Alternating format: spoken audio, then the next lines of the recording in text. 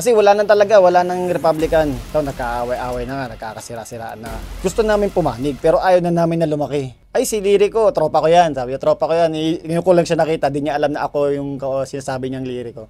Kasi si Shobaldi yan, nakainuman ko na yan. Hindi naman nagiinom, wala nang bisyo.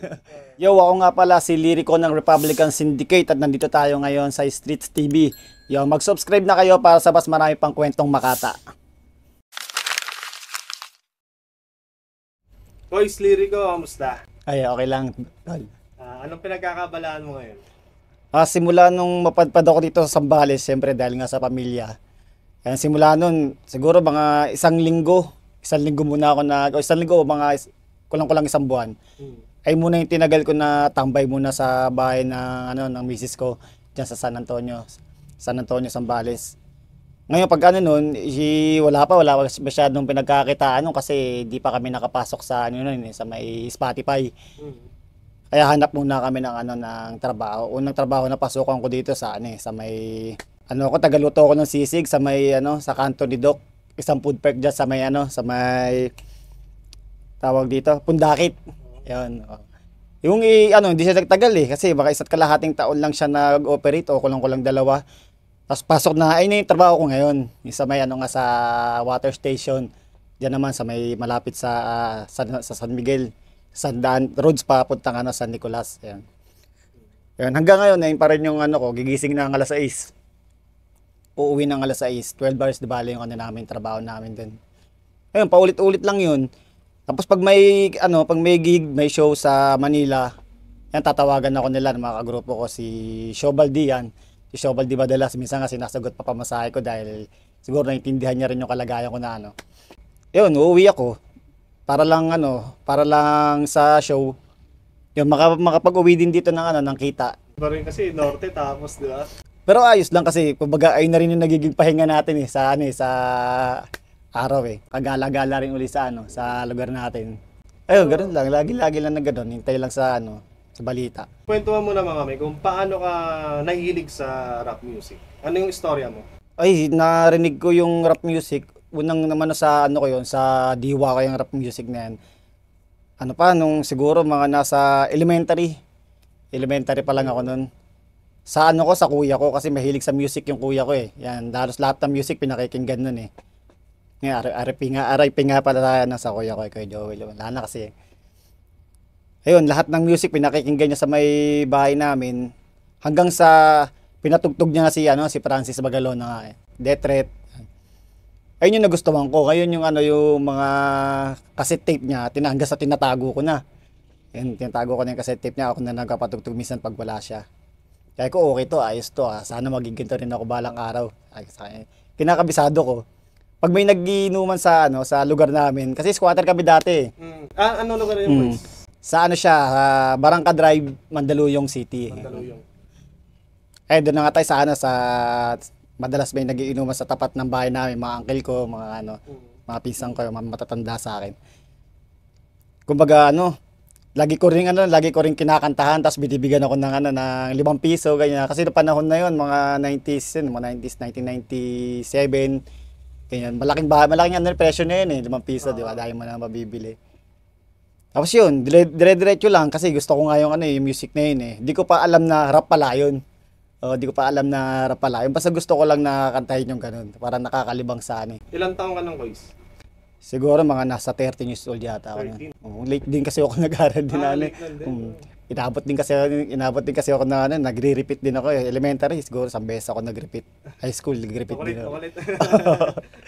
Pero sa amin parang natural na rin yun. Natural na rin yung magiging repeater ka na Pero wag lang yung sobra naman. Ayun, simula ako na nagustuhan ko yung rap. Tapos di ko nga inakala na hanggang ngayon, ito pa rin, daladala ko pa rin talaga Kahit matagal ako tumigil mag-rap, pero pag nag-compose ako, parang kumbaga parang nasa dugo na natin. Dahil nga, ayun yung pinili mo na profession Ito naman, paano ka nakapasok sa Republican? Sino-sino yung mga nagsimula? Umpisa siguro natin kay Shobaldi. Kasi si Shobaldi talaga ang niyan. Kumbaga, hindi naman sa parang siya na yung punot dulo. Simula nung sa high school siya high school. Siya sa ano, naghahanap siya talaga ng ano ng magiging kagrupo niya. Yun, hanggang sa nakilala niya ngayong 4 estudyantes. Sino-sino yung mga yun? Ang pagkakaalam ko, medyo malapit lang sa bahay nila sa may Hulo eh. Siguro sino ba to? Kalimutan ko ni pangalan, Raymond yata yan. Taga doon yun sa may ano, sa may palengke doon, malabas ng bahay nila. Pagka nag-aano daw sila, nagpa-practice. Pagdating ng mga ito na, kumbaga papakinabangan na yung ano nila, yung pinractice nila. Kasi nga sa school nila nung high school, may mga activity na kailangan na may ano bawat isang room. Performance. Performance. Lagi nagkakasakit daw yung ano niya, yung mga kagrupo niya, yung 4 estudyantes, kaya siya lang mag-isa na ano. Baliwala, di niya na pe-perform. Hanggang sa nakita niya si Slim, saka si Expo. Ayun, kagrupo ko pa rin hanggang ngayon. Si Expo. Kapatid ni Rusty.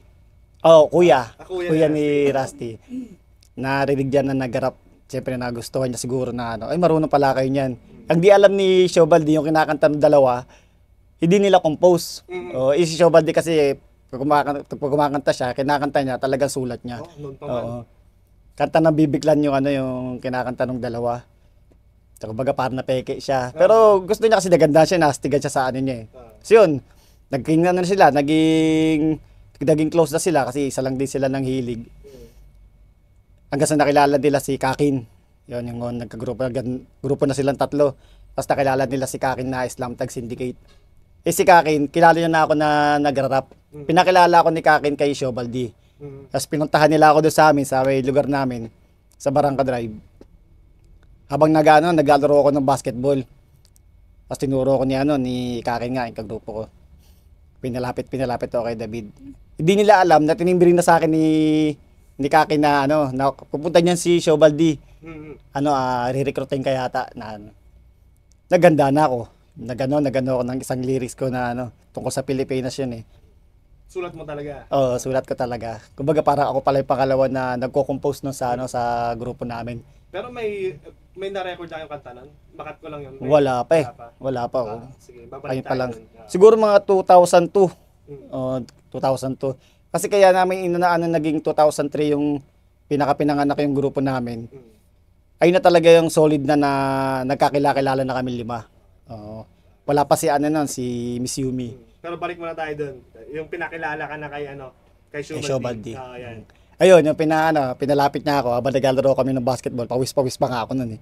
Kasi siya talaga yung hinihintay ko dahil naitimbre na sa akin ni Kakin eh. Tapos pagkalapit sa akin, nagharap ka daw, mabilis ka daw magharap. Kasi idol ko rin si Glock 9 na nun eh, mga time na yun eh. Syempre, yabang-yabang pa ako nun na re-recruitin ako ng Republican na. Kasi sumasali-sali na sila ng contest nun eh. Ibig sabihin, naririnig mo na sila nun? Oo, naririnig ko na Kung sila. may pangalan nila. Pero ako rin naman, may rin naman ako nun, may sariling grupo rin naman ako nun. Na kaya lang nagusto ko na maging Republican kasi yung grupo ko nun hindi na active. Sobrang underground kasi nun yung grupo ko. Shoutout nga pala sa mga kagrupo ko. Kila Gacho, tsaka Jepsel. Ang grupo naman namin ng pangalan, Delikado Grupo. Yun. Isa kami sa mga original ng Delikadong Grupo. Kilala siya sa underground din ng mga rapper sa Mandaluyong. Yan, doon. Hanggang nagkakilala na kami ni David na nirecruit na nila ako. Tapos doon mismo sa pinagkakatayuan namin, pinasample niya ako. Pinasample niya ako na binunutan ko agad ng papel na Basa-basa pa yan. kinanta ko kagad sa harapan niya. Tapos tinanong niya ako kung sino nagsulat. Kanta ba ng bibiglan niya, kanta ba ng laknan niya. Sabi ko, hindi, sulat ko yan. May nakita ko sa kanya. Pangit pa sulat ko, wala siya naintindihan. Sabi niya, ay sulat mo nga yan. Sabi niya. May naalala ka pa doon sa lyrics na yan? Meron pa. Siguro, first verse yata, kalahati ng first verse. Masample nga dyan, guys. Pambayan siya eh. Pambayan, nagawa ko yun nung sa may high school din ako eh. Perlas ng silanganan, Pilipinas ang ngalan, puno at umaapaw sa likas na yaman. Matatayog na kabundukan, malalapad na karagatan. Ayan, ganun pa lang yung mga komposisyon natin. May mga bagsakan. Oo, ganun pa yung... After nyo nang nag-meet, ano nang nangyari? Ayun, yung simula nung nag-meet kami, may isang kagrupo pa kami na hindi na namin kasama rin ngayon, si Aragon, si Lilgan, si Totoy. Kapitbahay lang namin siya, harap lang ng pintuan. Kasi parang ano eh, parang medium rise yung tinitirahan namin. Katabi lang namin siya ng bahay. Siya yung may ano, may malakas na speaker ng yung dual na ano, parang dalawang JBL ngayon na magkaduktong. Tapos sa ano sa gitna yung cassette yung lagayan na cassette tape. Doon kami madalas nagpa-practice nga sa kanila. Tapos yung mga beat ng mga remix ng mga beat na M-Planet, yung ganyan, yung mga kanta dati. Pag may bakante na medyo mahaba, nire-record namin yun kasi dalawa naman yung lagayan ng tape. Nire-record namin, play pause, tapos record. Kasama na siya. Yan Hanggang yung mga mabuo na. repub na yan. Hindi pa. Oh, repub na yun, repub Oo, na sila. ganun Sumali sila. ako sa ano sa grupo nila, repub na sila eh. Oo. Ibig sabihin, nagkakat lang kayo ng mga extra beat lang dati. Oo, Si sa cassette. Shubaldi, hindi pa siya marunong nun. Hindi, marunong na siya. Marunong na Siya siya, nga, gumawa siya ng ang beat. unang-una. Oh, wala pa, oh, hindi Wala pa siya pa. marunong. Talagang umaasa kami sa mga ano ng pirata na ginagamit din ng mga DJ na ano na pang ano sa ano nila. Pag may extra beat. Sa bagay, yung access ngayon sa beat, di ba? Hindi ka Wala katulad ng na, dati, wala, kaya parang naman. Oo. wala nang ano ngayon, hindi ka napapawisan eh. Oo. Ang pinakaunang na-record nyo? Unang na-record namin yung nilalaban namin ng ano ng contest eh. Yung tawag dito, naririto na ang Republican, yung title niya naririto na. Ayun yung ano namin. Nirecord namin siya sa ano, sa Mega Mall. Tawag dito sa ano na yan, Karaoke King. Isang boot lang siya. Kadalasan talaga doon singer, yung mga nagre-revive ng mga ano. Bad trip nga sa amin yung ano nun eh, pa nag-ooperate nun eh. Kasi ano kami, 3 ulit. Hindi naman siya mahilig sa rap nun eh. Tsaka yung rap nun, parang wala talaga yung ano nun. Paulit-ulit kami, siguro naka 3 ulit, nag-winardingan na kami. Last na to, sabi niya, last na to. Pagka na ano, tapos na yung binayad nyo, Wala na. wala na. Di na uulitin. Papalabasin na kami sa sabot na yun. Sayang lang yung pinunta Pero namin. na-record nyo, hindi naman. Nakanta namin na maayos, siguro dahil sa takot din. Oo, Pag may kasi, isa nagkamali ba, ulit-ulit yan? oo, na ano na kami, nawawala na. Kasi, nung bago kami sumalang doon, sa sinabi ko kasi na bahay na kagatabi namin sa isang kagrupo namin dati. Nag-practice kami doon, siguro mahigit 8 beses yata namin na perfect. Eh syempre, unang beses nga na ano, tsaka kami pa lang yung underground rapper sa Mandaluyong na magkakaroon na sarili namin CD. Oo. Oo, kaya siyempre ganyan yung kaba namin, excited namin. Hanggang sa hindi namin natatapos yung ano, yung kanta, nagkakamali talaga. Pero bandang huli. Bandang huli yan, nakuha na namin na perfect natama namin. na. Mm. Magkano binabad yun? Ano yata yan siya? Siguro, kung di ako nagkakamali, sa 400 to 500. Ayun yung binabayad namin dyan sa Karaoke King para ang bagan din kami nun. Paano kayo napunta sa nagkaroon na kayo ng recording? Ano kasi, tawag dito, may nakakilala kaming na may sarili siyang computer shop. Ayun nga, si Scooby. Shoutout kay Scooby. Rapper talaga siya. Anong taon yan? Ano na yun, nasa 2004 to 5 na yata yun. Oo. Parang early pa, no? Ano siya eh, rapper talaga siya. Ano siya, member siya ng K9 Kila. K9 Kila. Dalawa sila ni Kuya Arman. Si Kuya Arman, taga doon lang din sa amin, sa may Barangka Drive. May sarili siyang computer shop. Yung computer niya na yun, siguro mga 8 yata. O siyam. Yung pang gaming, yung katahilerang 4-4. Kasi uso nun, Counter-Strike mga Dota 1. Ayun, tapos yung may isang computer doon na personal niya, ayun yung pinagre-recordan niya ng mga rapper na kung sino gustong mag-record. Nagbabayad na lang. Pero di kami nagbabayad na sa kanya kasi hinawakan niya nga kami. Tapos hanggang sa medyo humina na yung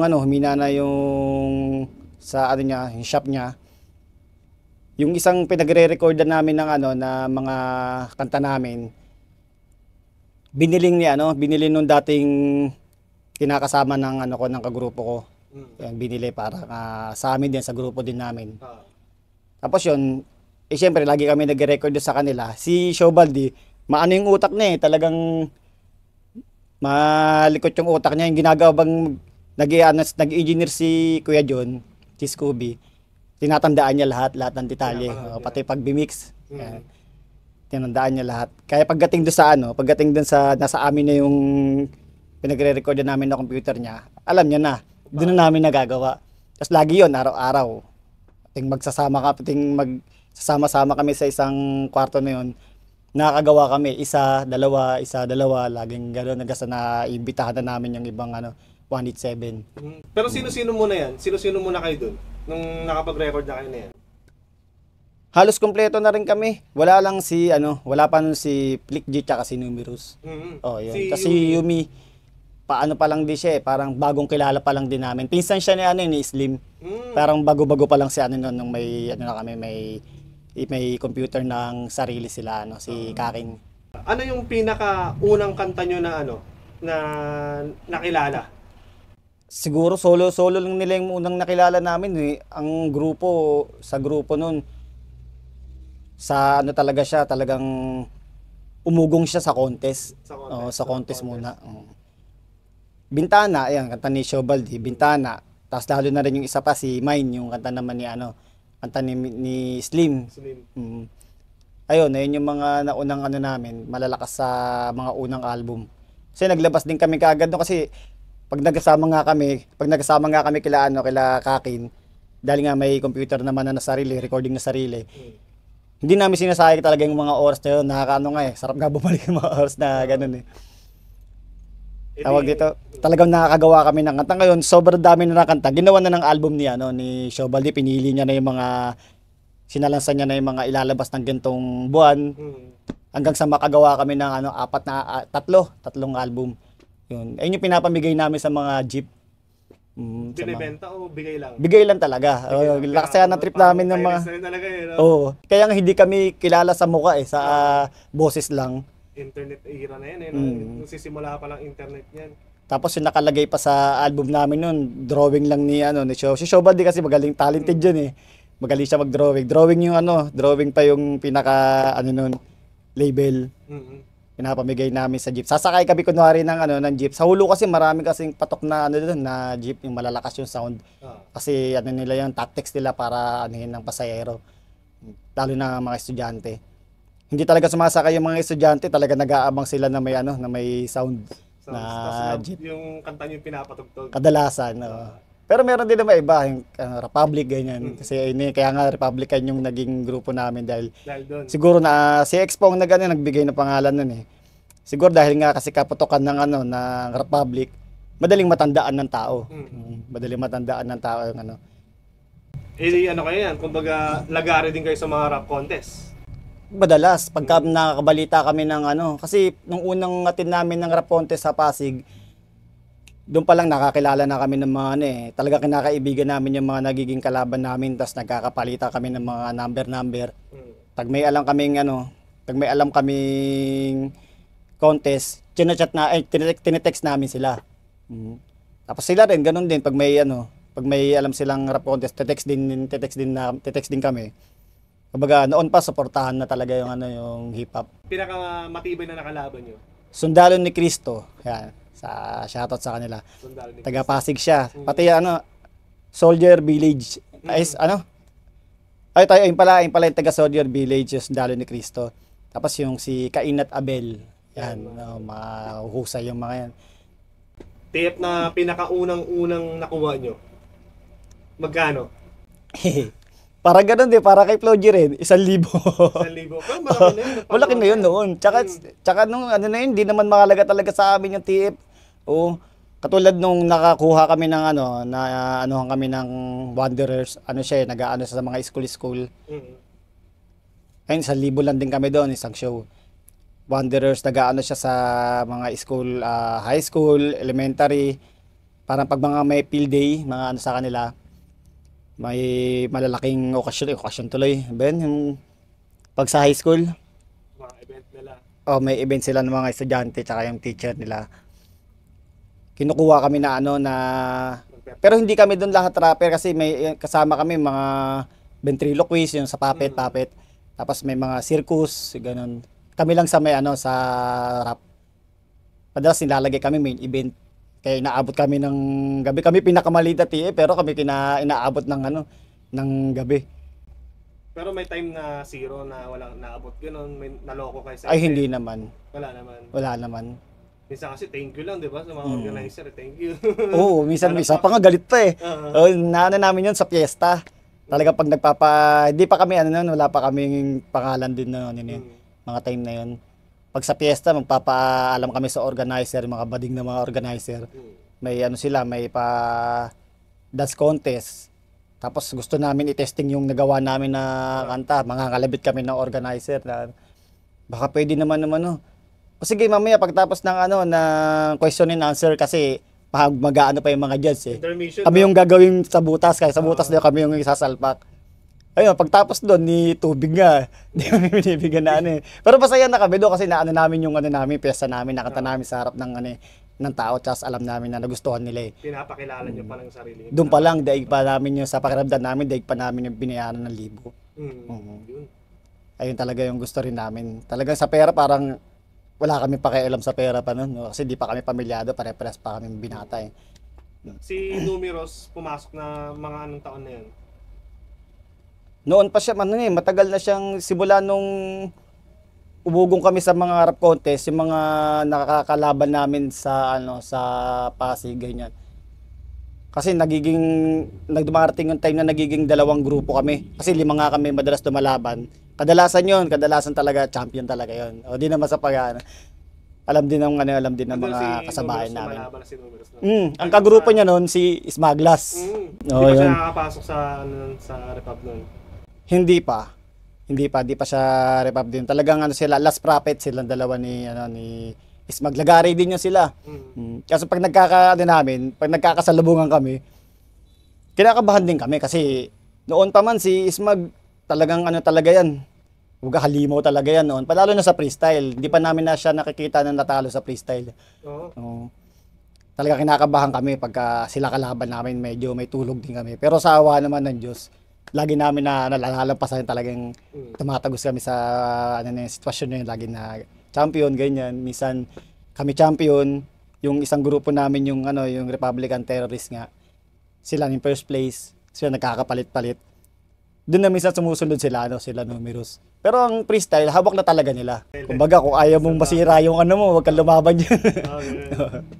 May kinita ba kayo dun sa mga kanta nyo? Bukod sa pagsali nyo ng mga battle. Ano lang talaga, kumikita lang talaga kami na sa ano lang, sa tawag dito, contest. Contest lang talaga. Talagang wala pang pera sa pagharap. Wala pa, kahit sa mga ano eh. I-release nyo kanta, ganun, wala pa talaga. Wala pa. Ano nga, kami pa gumagastos eh. Kami pa talaga gumagastos. Manual pa talaga, no? Bibili kami ng ano, na blank CD yan. Tapos sabi, sini-CD burn namin sa ano nga, sa computer nga ni Shobaldi. Yan, 50 pieces yun. Tapos tiga ano kami, naghahanap kami ng cellphone repair, yan CD burn. Binibigay lang namin yun, na pakalatin nila. Yung ganun. Ganun lang yun, wala kami kinikitang ano, na pera. Pero syempre, putok na putok na yung pangalan nyo nun. Anong pakiramdam nyo nun? Nung talagang maugong na kayo. Talagang naririnig na kahit saan yung mga kanta nyo. Nakakatuwa, syempre, oh. Tsaka nakaka-proud sa sarili. Sobrang nakakatuwa nga, pagpupunta kami sa mga nagtitinda ng CD, inaalok kami ng ano eh, sariling kanta namin inaalok sa amin kasi wala naman siyang nakalagay na ano na mukha. Talagang grupo lang namin, pangalan lang ng grupo namin. Nakalagay sa kasunod niya, Gagong Rapper, Gracias Pinoy, kasi ayun yung era na magkakasabay kami ng ano. Sa mismo inaalok sa amin, tapos sabay, ay ano ba yung kanta na yan? Kumbaga kinikengkoy namin yung mga tindera. Maganda ba yung kanta na yan? Hindi nila alok kami na pala yung ano na yan. Yung mga kanta. Tapos dumarating pa na punto na may nakakasalubong kami ng mga tao na ano, tapos niyayabang nila sa amin yung mga, ay si Lirico, tropa ko yan. Sabi ko, tropa ko yan. Ngayon ko lang siya nakita, di niya alam na ako yung sinasabi niyang Lirico. So, kasi ano, si Shobaldi yan, nakainuman ko na yan. Hindi naman nagiinom wala nang bisyo. Hanggang sa ano, sa ganun nga, grabe na ano natin na ano, na impluwensya natin sa mga kabataan na ano. Para natutuwa lang kami, pero wala naman sa tuwa namin na ano kami, pero wala kami impluwensya na dinala sa kanila na masama. Talagang ano lang, sound lang, rap lang, kanta-kanta lang. Anong nangyari nung ano? Siyempre, 'di ba? Kilala na kayo. Kasi biglang tumahimik yung Republican parang biglang nawala sa eksena. Anong nangyari nun mga panahon?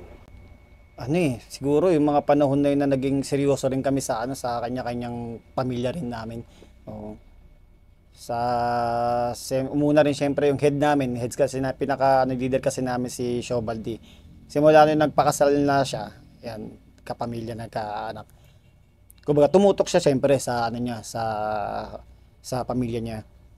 Nag-ano siya, sa business siya, sa food cart, man. Tapos nag-networking siya eh. Kumbaga tinutukan niya talaga yun. Tinutukan niya ano. Tapos minsan pagka niyaya namin siya nila kakin na ano, may pag-guest sa ganito. Kasi yun medyo kumikita na kami noon yung kung kailan nga nagkano yun. Nakakatawa nga kailan nga na medyo may kinikita na na mas malaki kaysa sa pinag-premyo sa mga rap contest noon. Tsaka pa kami ano eh, tumumal. Kumbaga parang tinamad sa ano, sa music. Pero sa kabila naman nun, sumipag sa trabaho kami para rin sa kanya-kanyang pamilya. Yun, madalas tumatanggi si Shobaldi nga kasi kinabukasan may ano siya eh, may haharap siya sa maraming tao eh. Mm. Ayun, tapos kami naman, hindi namin kaya kasi yung hinahanap ng mga show coordinator, yung kanta na kompleto kami, eh di na namin magagawa na kompleto. Madalas kami na lang nila kakin yan eh, ano. Minsan nga wala pa ako eh. Kasi nagaano, bubiyahe rin akong tricycle nun. Nasa flip top na sila, ano nun? Sila Si Flick G. oh. Nasa flip top na siya nun. Saka si Numeros. Si Numeros. Si Numeros naman talaga, hindi talaga siya tumigil sa ano, sa tawag dito. Sa rap. Ang motto niya nga, mag-rap siya habang buhay, kahit matanda na siya. Talagang ganun niya talaga kamahal yung ano, yung rap industry. Yung pag-rap. Ano yung pinaka mabigat na dinanas ng grupo nyo? Yung pinaka talaga, nag-away-away din ba kayo? Ganyan. Oo, yung pag-aaway natural naman yung kahit saang grupo, natural talaga yung kahit sa hindi kayo rap group, dancer, banda, ganyan, talagang may dumarating talaga na tampuhan. Pero syempre maganda yung kasi doon naman nasusubok yung ano, kung ano talaga kayo. Magkakapatid nga, nag-aaway, mas matindi pa kayo mag-aaway ng mga totoong magkakapatid eh.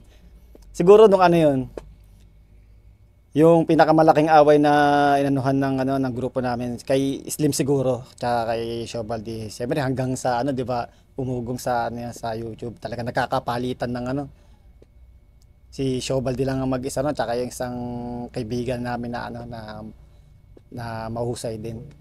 Ayun, ayun yung pinakamalaking ano namin. Wala namang talagang kaibigan doon. Wala namang gusto namin pumanig pero ayaw na namin na lumaki. Kasi ano namin na kasi alam naman namin yung mga hindi kasama sa issue na yun. Alam naman namin doon kung sino tama at kung sino ang mali eh. Minsan nga yung mali, tsaka alam namin na yung mali, alam niya rin na mali siya. So, pero at least 'di ba, kita mo naman ngayon, eto kayo, 'di ba, buong buo at ano talaga, nag-comeback. Paano kayo napunta sa comeback na yan? Dami naghahanap eh, 'di ba? doon naman ay naman sa part na yan, ang bida naman diyan si Flick G. Kasi wala nang Republican. Wala na talaga Republican ng mga time na yun. Ito, nagkaaway-away na nga, nagkakasira-siraan na. Si Flick G tuloy lang. Tapos, panay akit ng baitang ng ano, ng flip top. Dala-dala niya pa rin yung Republican. Lagi naman nakalagay sa ano, bago magsimula yung battle, di ba? Laging nakalagay yung Republican. Naka-written pa rin. Siya ang nagdala talaga sa amin sa mapa. Tapos yun, hanggang sa hanggang inano niya sa may Sony Record yan, nakapirma kami ng kontrata. Dahil din sa kanya yun. Dahil din sa pagmamahal niya rin sa grupo. Kumbaga, parang ano nga eh, kung sobra-sobra na nga sa sukli eh. Yung ano eh, binigay niya sa amin eh. Talaga malaking bagay talaga yung ano ni, ano. Si Numeros din, ganun din. Pati kay, kay Miss Yumi rin. Kasi si Miss Yumi rin isa rin sa masipag din magano, kaya talagang lumakbay din si Yumi. Pumunta siya ng 187 kila Collie para para hindi rin siya tumumal din sa ano. Hindi mawala sa mapa rin ng ng hip hop. Pero ikaw nun, anong pinagkakabalahan mo nun nung natigil kayo? Ano yun, rin ako, nagtrabaho din. Iba-iba trabaho din. Pero tumagal talaga ako sa pag-drive ng tricycle. Kasi may mga yung mga tropa ko eh, may mga tricycle sila na ano. Ayun, kasi malakas biyahe sa amin eh, sa lugar namin sa barangay. Ayun, rin kasi may nagkaanak nga rin ako. Doon din ako tumuto, kumbaga parang ginaya ko rin si David nga, o si Shobaldi. Anong taon kayo nag-comeback nito? Pandemic lang ba yun? After ng pandemic ba yun? Hindi, parang parang ngayon nga lang din, mga 22, yan, mga 2022. Yun, kalalabas lang ng ano namin, ng mga music video namin na ano, sa tulong nga ng mga kaibigan namin na ano, na mga mababait. Katatapos lang ng limang music video namin na inilabas itong December. At susundan namin to itong January yan meron na. Tinatrabaho na rin. Under ano pa rin, Republican Record pa rin. Tapos, Chakra Production. yun, Chakra Production. Anong mensahe mo ko sa mga matagal nang sumusuporta sa inyo, sa'yo, sa Republican? Siyempre maraming salamat sa walang sawang suporta. Yan. Kayo talaga yung ano, nagbigay ng gasolina, kayo na rin naghagis ng pospro para umapoy yung ano, damdamin namin sa musika. Yan. Maraming salamat sa inyo. At sa'yo rin, guys, maraming salamat. Yan. Sana nagustuhan nila yung kwento ng Republican, di ba? Marami kasi lahat galing sa underground eh.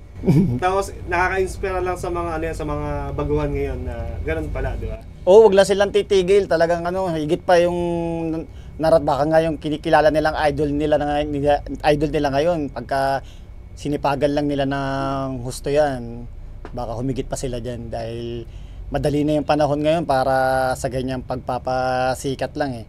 Andyan na yung ano, iba't ibang beta, ganyan, iba't ibang ano, napakadali na lang mag-record. Wag lang silang tumigil. Tuloy lang. Tuloy lang. Oh. Yeah.